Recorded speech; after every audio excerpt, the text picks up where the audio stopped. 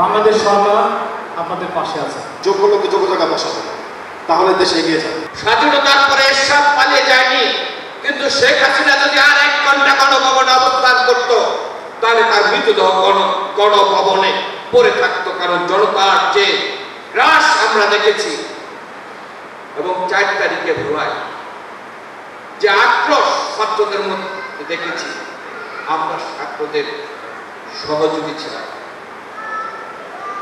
ভোলায় কিছু গুন্ডা বাহিনীর হেলমেট পরিয়ে নামিয়ে দেওয়া হয়েছিল, যেটা সারা বাংলাদেশে দেওয়া হয়েছে। হেলমেট বাহিনী অনেক ছাত্রদেরকে আহত করেছে, সারাদিন এখানে গোলাগুলি হয়েছে। আমার সম্মুখে অনেকে গুলি খেয়েছে, অনেক মেয়েরা টিয়ার ছেড়ে এখানে একটি মেয়েকে দেখেছে, আমার পাশে আশ্রয় নিয়েছে।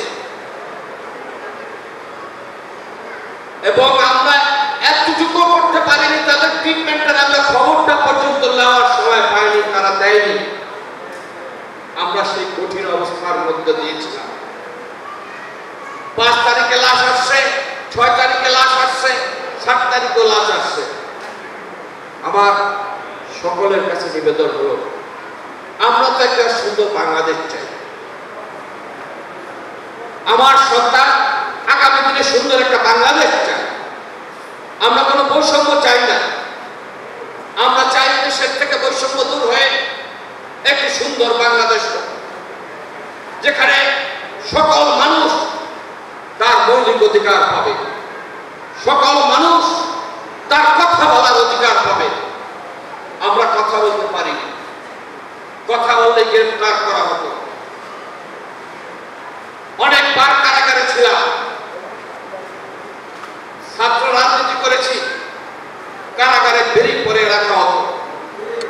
একদিন আমি জেলাকে জিজ্ঞেস করেছিলাম, জেলা সাহেব, আমি যদি সরকারি জব করতাম তাহলে আপনার যে ছোট চাকরি আমি করতাম না। বাংলাদেশের শিক্ষা সর্বোচ্চ ডিগ্রি আমি অর্জন করেছি, আপনি যে আমাকে বেরিয়ে পরে পড়ালেন বা উপরের নির্দেশ, আমি ভিতরে তো আপনাকে উপরের নির্দেশ দেওয়া হয়নি। কেন এই বৈষম্য? কেন? আওয়ামী লীগ এই 16 বছরে আমি মনে করি 60 বছর পিছিয়ে নিয়ে গেছে। এই 60 বছরকে আমরা অতিক্রম করতে হবে। All time Roma, you are so All time Roma. Taste it, love it. সকলে মিলেমিশে এই অর্জন নষ্ট করতে দেওয়া যাবে না। এই অর্জনে যদি আগামী দিনে আমি মনে করি আমি অন্যায় করি, আমাকেও সাজা ভোগ করতে হবে। আমাদের চাটুকারি থেকে দেবে বেরোতে, লেজর ভিত্তি চাটুকারি, ঠিক আছে? হ্যাঁ, এটা একটা বড় বিষয়। আমি যেটা দেখে আসছি, মানে এখন কি বলবো, যে হ্যাঁ কিছু হলে ফুল দাও, এই করো সেই করো, এইগুলো আসলে যদি সম্মান থাকে, সেই সম্মানটা কাদের মাধ্যমে নিয়ে আসতে হবে। হ্যাঁ, যা যদি অমুকের আদর্শ থাকে, ওই আদর্শটাকে আমার কাদের মাধ্যমে প্রমাণ করতে হবে। দেশকে এগিয়ে নিতে গেলে কাজ করতে হবে। এবং যেহেতু আপনারা ইয়াং জেনারেশন আছেন, আপনারাই আমাদের মানে পরবর্তী হাল ধরবেন, আমাদের পরে আপনারাই আসবেন। হ্যাঁ, তাদের কাছে অনুরোধ থাকবে যে যেখানে যোগ্য লোককে যোগ্য জায়গায় বসাবে, তাহলে দেশ এগিয়ে যাবে, নাহলে দেশ আবার আগের মতো পেছনে চলে যাবে। বাংলাদেশ সরকার আপনাদের পাশে আছে। আমাদের বাংলাদেশের জনগণ কিন্তু আপনাদের পাশে আছে।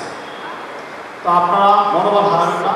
আপনাদের হয়তো পরিবারের সিদ্ধান্তকে আমরা ফিরে দিতে পারবো না, কিন্তু আপনাদের পাশে আমরা সবাই আছি, এদেশের জনগণ আছে। সুতরাং আপনারা মনোবল কখনই হারবেন না। আপনাদের বিপদে আপদে সবসময় আমরা সার্বক্ষণিক পাশে থাকতে চাই, পাশে থাকবো। এই দিন প্রতিষ্ঠা করছি।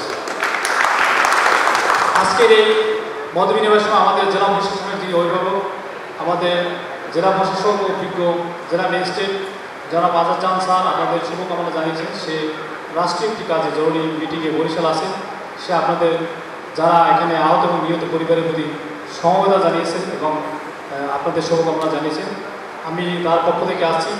আমরা সবসময় জেলা প্রশাসন, উপজেলা প্রশাসন, শহীদ এবং আহত সকল পরিবারের পাশে থাকবো, আমরা এই প্রতিজ্ঞা করছি।